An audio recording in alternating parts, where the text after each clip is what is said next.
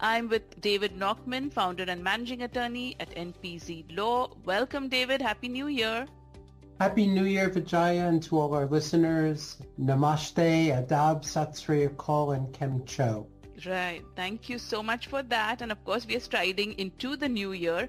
And my question on this is, I've heard President Trump has stated publicly that he is in favor of the H-1B visa.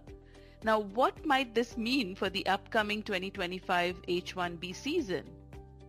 You know, it's a great question, Vijaya, and one that I've gotten from many of our clients since the new year. Mm-hmm. And it's in the media, in the Desi media extensively. And there's talk about how President Trump is in favor of the H-1B.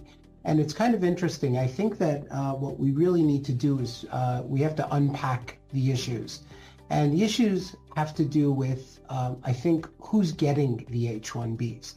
And if you take a look closely at who's getting the H-1Bs, we have a dichotomy that's going on. And the dichotomy is this. We have highly skilled workers who are getting the H-1B on one side. And then we have, unfortunately, some folks who are using the H-1B visa improperly. People who are gaming the system, people who are using the H-1B for non-professional positions. And as Lutka previously pointed out in her observations about the changes that we're going to see, that are coming down the pike just a few days before President Trump is going to be inaugurated, one of the things that we see is that the staffing companies are putting people out on third-party work sites who are not necessarily in professional and specialty occupation positions, whether that's the definition of either before the new definition comes down or thereafter. But basically there are folks who are using the H-1B visa properly and folks who are not necessarily using it properly.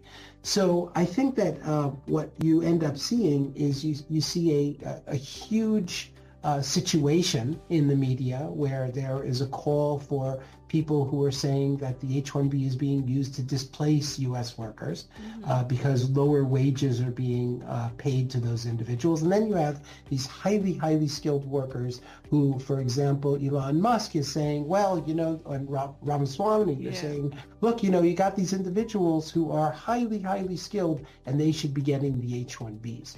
So that's where the dichotomy takes place. And I think what's interesting, probably mostly, is that the new changes that are coming down also that were mentioned by Lutka are with regard to site visits. And I think what we're going to see, and we saw it extensively in the last, in Trump 1.0, in Trump 2.0, I think we're going to see a lot of enforcement action.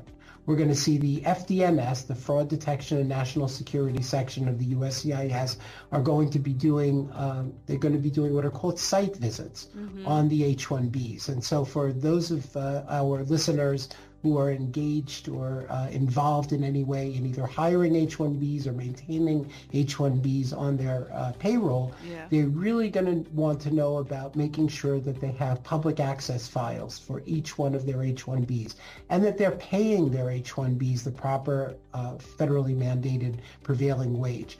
And we're starting to see, interestingly, on RFEs that we're getting, that they're focusing very closely on what is the appropriate federally mandated prevailing wage.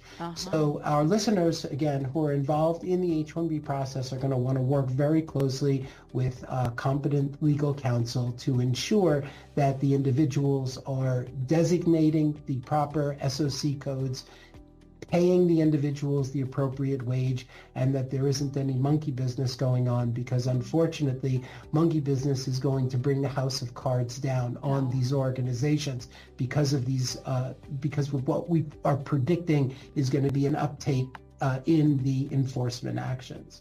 So that all remains to be seen, of course. I'm giving you the crystal ball view, but the nice thing about the crystal ball here in Trump 2.0 is we had the benefit of seeing 1.0.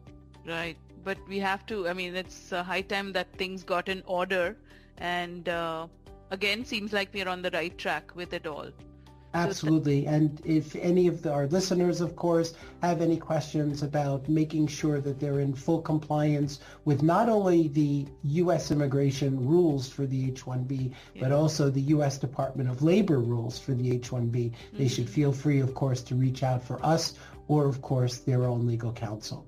Yes, and the way to reach out is, of course, visit visaserve.com or call them at 201-670-0006 and the NPZ Law Group, or